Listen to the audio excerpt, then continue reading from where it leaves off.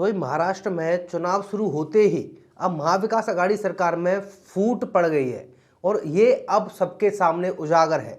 जैसा कि आपको पता है कि महाविकास आघाड़ी सरकार पहले ही 3 पहियों पर चल रही थी। अब ऐसे में खलल तो पड़नी ही थी। खबरें तो हालांकि पहले ही सामने आ गई थी कि कांग्रेस और महाविकास आघाड़ी सरकार की यूबीटी शिवसेना में कुछ ठीक नहीं है, कांग्रेस कहीं ना कहीं खफा है। लेकिन अब ये इस बात पर मोहर लग गई है। दरअसल हुआ कुछ ऐसा है कि उद्धव ठाकरे और आदित्य ठाकरे दोनों को रैली करने से कांग्रेस के उम्मीदवारों ने रोक दिया है। यहाँ आखिरकार कांग्रेस का गुस्सा था जो वो सामने आ ही गया। उद्धव ठाकरे और आदित्य ठाकरे कोथरूड में एक चुनाव रैली करने जा रहे थे। इस पर वहां पर कांग्रेस उम्मीदवार ने उनको रोक दिया और कांग्रेस उम्मीदवार का कहना यह है कि अगर ये कोथरूड में रैली करेंगे तो आगामी नगर निगम चुनाव होंगे, उसमें ये यहां से अपनी टिकट पर भी दावा करेंगे और ये कांग्रेस को अब फिलहाल यहां पर सही नहीं लग रहा है। इसके पीछे की एक बड़ी वजह यह है कि जिस प्रकार टिकट का बंटवारा हुआ है महाराष्ट्र के अंदर महाविकास आघाड़ी के अंदर, तो ऐसे में कांग्रेस के उम्मीदवार जो टिकट चाह रहे थे उनको वो टिकट नहीं मिली और वो टिकट यूबीटी शिवसेना के नेताओं को दी गई है। इसको लेकर पहले ही विवाद छिड़ा हुआ था, कांग्रेस नाराज थी। उसके बाद में अब एक और हमें ये कारनामा देखने को मिला है कि भाई इन दोनों बाप बेटों को रैली करने से ही रोक दिया गया है। यह बात सामने आई है कि महाविकास आघाड़ी के आधिकारिक कांग्रेस उम्मीदवार रविंद्र धांगेकर के लिए प्रचार करने के लिए पूर्व मुख्यमंत्री उद्धव ठाकरे और युवा नेता आदित्य ठाकरे द्वारा कोथरूड में बैठक आयोजित करने को लेकर कांग्रेस के अंदर ही विवाद हो गया है। यदि ठाकरे कोथरूड में एक सार्वजनिक बैठक करते हैं तो संभावना है कि ठाकरे समूह आगामी विधानसभा और नगर निगम चुनावों में सीटों की मांग करेगा।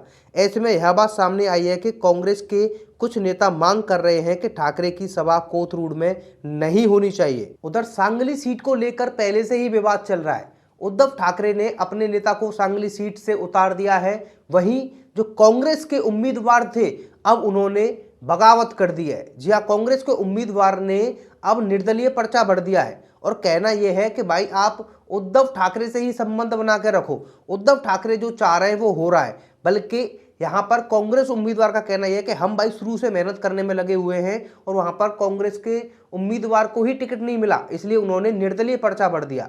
एक नहीं, दो नहीं, बल्कि तकरीबन 6-7 उम्मीदवार ऐसे हैं जो कि टिकट की आस लगाए बैठे थे और उन्होंने बाद में अपनी ही पार्टी से बगावत करके निर्दलीय पर्चा भर दिया है। और कहीं ना कहीं अब ये खबर सामने आ रही है कि कांग्रेस ने उस उम्मीदवार को अपनी पार्टी से भी निकाल दिया है, जिसको लेकर अब बहुत सारे नेता जो कि उसके कनेक्शन में थे, आपको पता ही है होते ही हैं भाई, अब वो भी कह रहे हैं कि भाई ये अब सही नहीं हो रहा है। स्टार्टिंग से ही जब इनकी महाविकास आघाड़ी सरकार चल रही थी तब से ही नाना पटोले हमेशा उद्धव ठाकरे से अपोजिट रहते थे, लेकिन क्योंकि सरकार में थे, मिली भगत थी, इसलिए ज्यादा कुछ बोल नहीं पाते थे। जब सरकार टूटी तो नाना पटोले का गुस्सा भी बाहर आने लगा। अब ऐसे में देखना यह है कि उद्धव ठाकरे और आदित्य ठाकरे को जो रैली करने से रोका गया है और साफ तौर पर यह कहा है कि विधानसभा और नगर निगम के आगामी चुनाव में ये यहां से अपनी सीट पर दावा ठोकेंगे और ये अब कांग्रेस को कतई मंजूर नहीं है। चलो ऐसे में अब आप सोच लीजिए कि अगर इनकी महाविकास आघाड़ी सरकार कभी बन भी जाती है तो ये किस प्रकार से सरकार चलेगी, ये बात भाई कुछ हजम नहीं हो रही है। फिर से कांग्रेस के नेता टूट टूट कर भागेंगे। पहले ही एकनाथ शिंदे वगैरह सारे लगभग उद्धव ठाकरे को छोड़ ही चुके हैं और रीजन यही दिया था कि मनमानी चलती है। भाई मनमानी जो चलती है ना वो आदित्य ठाकरे उद्धव ठाकरे की इस प्रकार है कि जो एकनाथ शिंदे ने दावा किया था, जो पोल खोली थी इनकी मीडिया में, कहा था कि भाई अपना विभाग तो ये देखते ही हैं, अपने विभाग के साथ साथ जितने भी नेता हैं उनके विभागों पर भी इनकी नजर रहती है। तो ये उन्होंने कहा कि इंडिपेंडेंसी है ही नहीं इस पार्टी में, इसलिए उन्होंने छोड़ा था और यही कांग्रेस के उम्मीदवार भी कह रहे हैं। आप लोगों का क्या कहना है आप हमें कमेंट करके जरूर बता सकते हैं। हमारे चैनल द लोकमंच को सब्सक्राइब कर लेना। धन्यवाद।